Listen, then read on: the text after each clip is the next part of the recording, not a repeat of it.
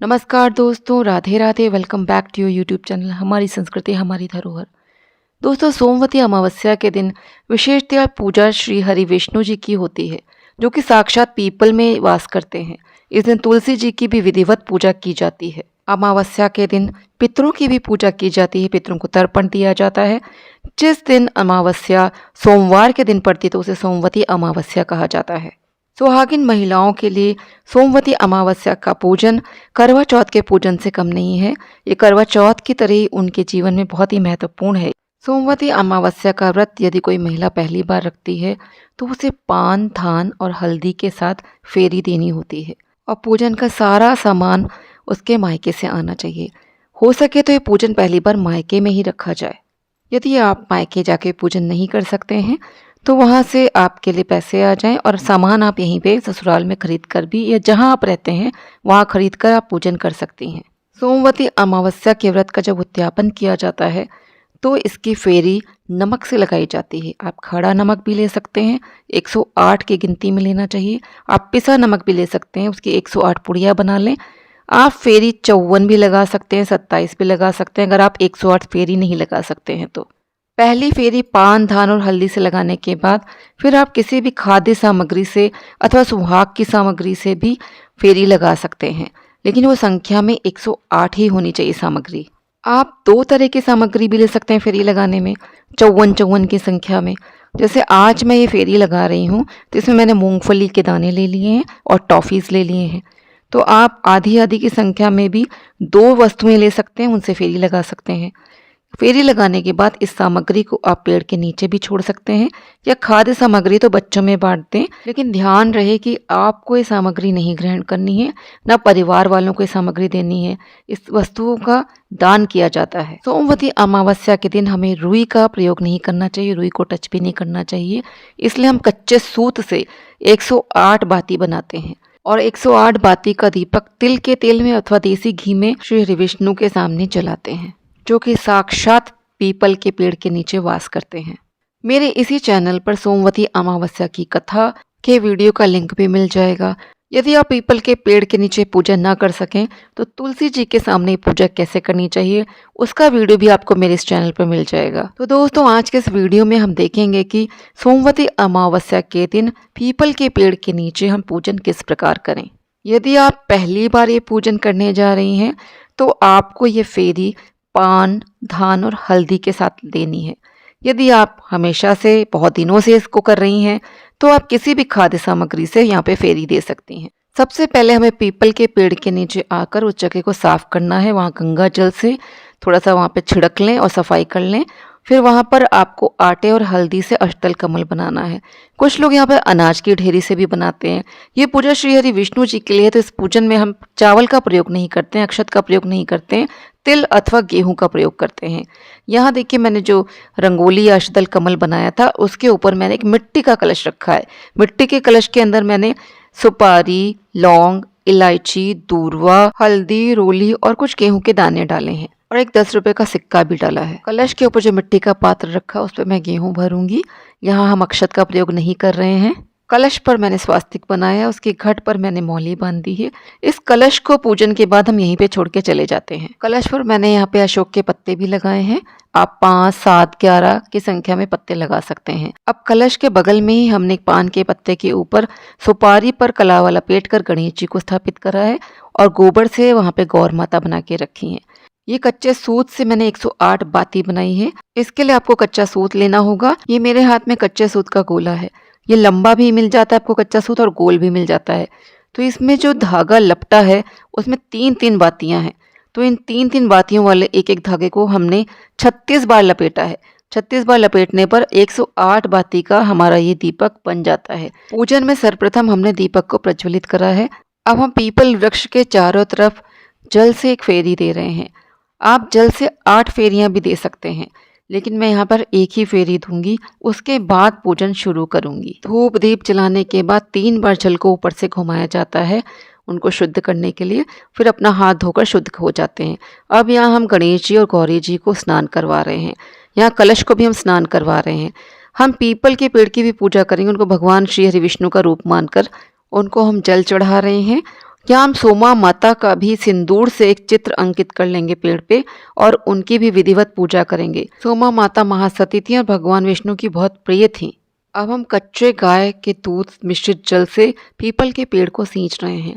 इसी जल से हमें आज के दिन तुलसी को भी सींचना चाहिए और पितरों को तर्पण भी इसी जल से देना चाहिए। सभी को स्नान कराने के बाद हम वस्त्र रूपी कलावा अर्पित कर रहे हैं। हमने माता गौरी, गणेश जी और कलश को वस्त्र रूपी कलावा अर्पित कर दिया है। भगवान विष्णु को भी हम कलावा अर्पित कर रहे हैं। माता सोमा का मैंने यहाँ पे देखिए चित्र अंकित करा है पेड़ पर, उनको भी मैंने कलावा अर्पित करा है। यहाँ मैंने कच्चे सूत को 7 बार लपेटकर जनेऊ बना लिया है। उसी को भगवान विष्णु और गणेश जी और कलश को अर्पित करा है। यहाँ अब मैं सबको हल्दी लगा रही हूँ, कलश पे, गौरी पे और गणेश जी पे और पीपल के पेड़ पर माता सोमा को, सभी को मैंने हल्दी अर्पित कर दिया है। अब हम यहाँ सबको पीला सिंदूर चढ़ा रहे हैं। पूजन में हमें पीला सिंदूर ही चढ़ाना चाहिए। पीला सिंदूर चढ़ाने के बाद हम अष्टगंध भी सबको लगाएंगे। अब हम यहाँ सबको अष्टगंध अर्पित कर रहे हैं। पूजन करते समय हमें भगवान विष्णु के नामों का जाप करते रहना चाहिए, उनके मंत्रों का जाप करते रहना चाहिए। कलश पे मैंने फूल माला पहले से अर्पित कर दिया है। दोस्तों, किसी भी पूजन को करने से पहले संकल्प लिया जाता है और फिर पवित्रीकरण किया जाता है। वो सारी विधि मैंने अभी नहीं दिखाई क्योंकि वीडियो बहुत ही लंबा हो जाता है। मेरे अन्य वीडियोस में आप सब देख सकते हैं। गणेश जी को लाल पुष्प अर्पित कर रहे हैं, गौरा जी को लाल पुष्प अर्पित करेंगे, भगवान विष्णु को पीले पुष्प अर्पित करेंगे, सोमा माता को भी हम लाल और पीले मिक्स फूल अर्पित कर दे रहे हैं। अब हम यहाँ पे मिष्ठान सबको अर्पित कर रहे हैं। खोए की मिठाई है। यहाँ पे हम सफ़ेद रंग की, आज कोई भी मिठाई हो, सफ़ेद रंग की खीर चढ़ाना चाहिए आज क्योंकि अमावस्या है। यहाँ हम फल अर्पित कर रहे हैं। मैंने अंगूर ले लिए हैं, सेब ले लिए हैं, जो भी फल आपके पास हो आप चढ़ा सकते हैं श्रद्धा से। यहाँ सबको भोग लगाना चाहिए प्रेम पूर्वक। भोग लगाने के बाद 3 बार जल से उनको आचमन करवा देना चाहिए। अंत में हम मुख शुद्धि के लिए यहाँ पे पान चढ़ाते हैं। पान के ऊपर 2 लौंग, 2 इलायची और सुपारी रखकर चढ़ाते हैं। हम जल से एक बार फिर उनका मुख आचमन करा देंगे। इसके बाद यहाँ पर दक्षिणा रखेंगे। दक्षिणा हमें अवश्य चढ़ानी चाहिए। हम यहाँ माता सोमा के लिए देखिए सुहाग सामग्री लेके आए हैं। आप कोई भी सुहाग की 4-5 वस्तुएं चढ़ा सकते हैं या केवल चूड़ी और बिंदी चढ़ा सकते हैं। सुहाग सामग्री को गौरी माता और सोमा माता को छुआ कर हमें रखना चाहिए। सारी सुहाग सामग्री इन लोगों को हमें छुआ कर फिर रखना चाहिए। एक तरह से उनको इसी तरह से अर्पित किया जाता है। आलता, महावर जिसे कहते हैं, चूड़ी, बिंदी, पाउडर, जितनी भी चीज़ें उनको आप छुआ के रखिए। यहाँ देखिए मैंने मूंगफली के दाने ले लिए हैं, टॉफ़ियाँ ले ली हैं, तो 54 की संख्या में 108 ये हो जाएंगे। इन्हीं से फेरी ले लूँगी। फेरी लेते समय जिस वस्तु से फेरी लेना वो आपके हाथ में होनी चाहिए। कच्चा सूत आपके हाथ में होना चाहिए। आप 108 फेरी न लगा पाएँ तो 8 फेरी अवश्य लगवाइए और एक आप जल से धार बना के फेरी ज़रूर लगाइए। वो धार टूटनी नहीं चाहिए। देखिए हम फेरी लगा रहे हैं। यहाँ भगवान विष्णु के नाम का हम जाप करते रहते हैं, ओम नमो भगवते वासुदेवाय।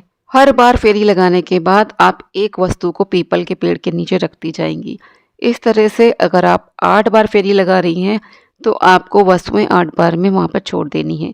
यदि 108 फेरी लगाती हैं तो 108 वस्तुएं 108 बार फेरी लगाने के बाद वहाँ रखी जाएंगी। फेरी लगाने के बाद हम यहाँ पर कथा सुनेंगे क्योंकि फेरी लगाने के बाद हम थक जाते हैं, तो हमें फेरी लगाने के बाद ही आराम से बैठकर कथा सुननी चाहिए। आपको गणेश जी और सोमा माता की कथा सुननी चाहिए।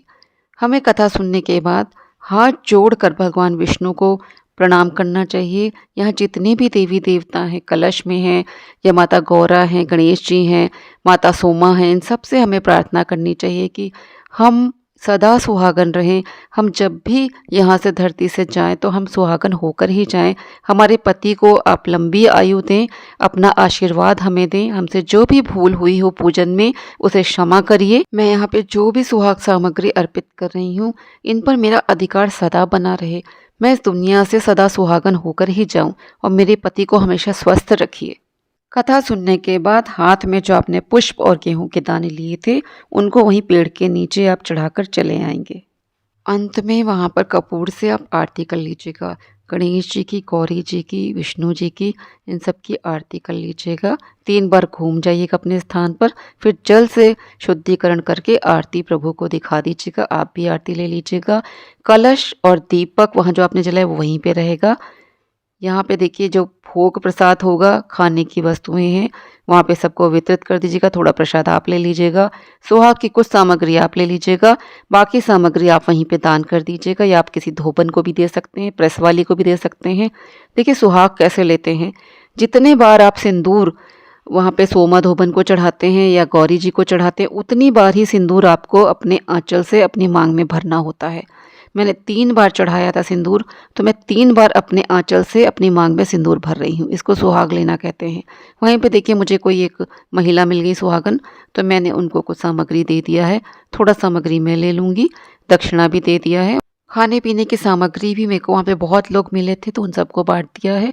कुछ मैंने वहीं पेड़ पे छोड़ दिया है। इस दिन तुलसी के पेड़ की परिक्रमा भी इसी प्रकार लगाई जाती है जैसे कि पीपल के पेड़ की लगाई जाती है। सोमवती अमावस्या के दिन हमें क्या करना चाहिए, क्या नहीं करना चाहिए, इस पर भी मैंने एक वीडियो इसी अपने चैनल पे अपलोड करा, उसे भी आप देख सकते हो, उसका लिंक मैं डाल दूंगी।